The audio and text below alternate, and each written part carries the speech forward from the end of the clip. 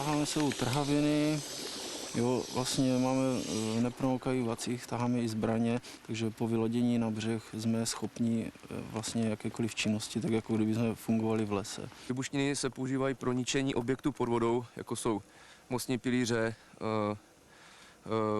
demolice hrází, lodě a tak dále.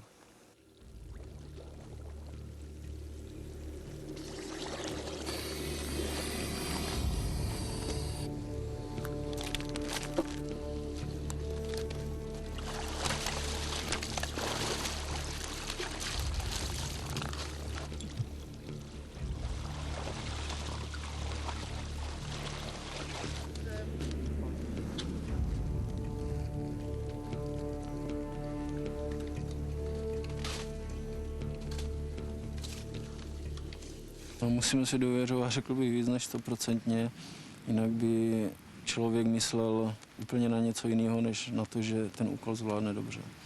Samozřejmě nemůžu vám říct 100%, že když nastane nějaká bojová situace, že někdo neselže. Prostě každý máme nějaké skryté vady, které vyplynou na povrch za určitých krizových situací. Bojíme se jich úplně všichni, ale maximálně se snažíme eliminovat. I si myslím, že se to dá hodně potlačit do pozadí tím, že prostě nároky, podle kterých si nás sem všechny vybírají, jsou natolik vysoký, že si myslím, že těch chyb by nemělo být zas až tolik, aby jsme si mohli myslet, že by to mohlo takhle dopadnout.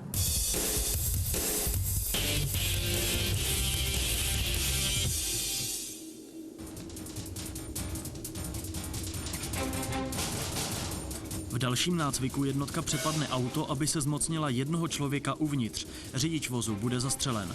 Vojáci jsou vycvičeni, aby všechny nepřátele dobíjeli střelou do hlavy zblízka. Tak vylučují riziko vlastních ztrát.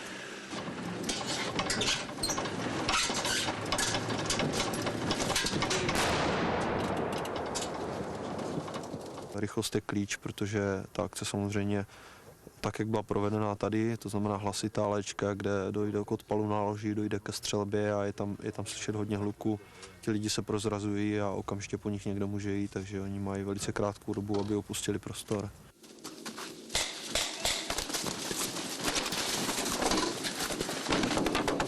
Hej, van, na zem! Daj oce! Jistota!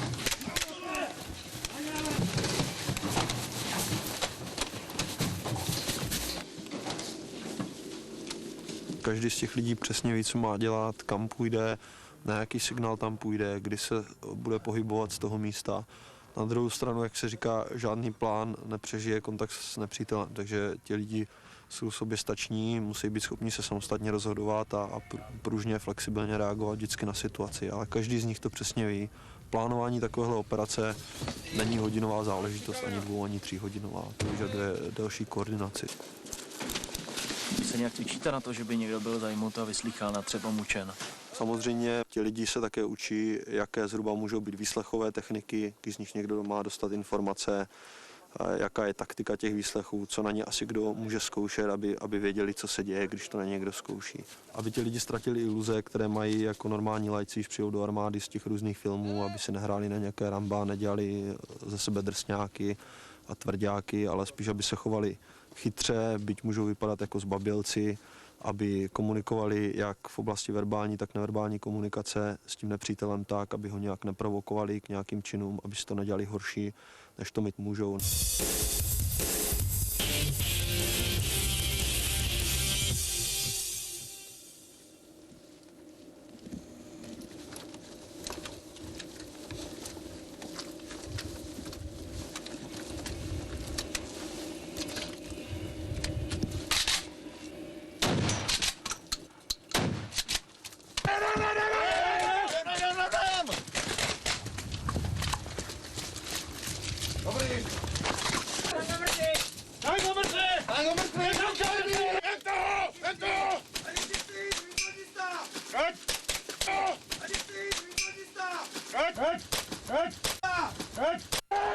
V tomhletom domě tam jsou procvičovány střelecká příprava, většinou bojová střelba, tam se využívá důkladného plánování, různého krytí zvenčí, ostřelovačů, různých trhavin, různých prostě věcí, tak aby jsme odpoutali pozornost těch teroristů nebo aby jsme je mohli nějak vyplašit, překvapit a další věci. Většina těch úspěchů operací závisí spíš v přemýšlení než v nějaké střelbě.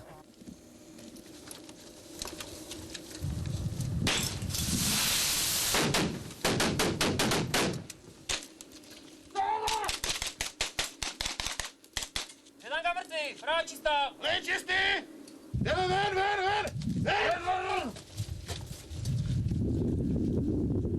Už jste někdy někoho zabil? Ne, já jsem nikoho nezabil. A myslíte si, že jste připraven na to, že to budete muset udělat? Já si myslím, že jsem na to připraven. Nikdo samozřejmě z nás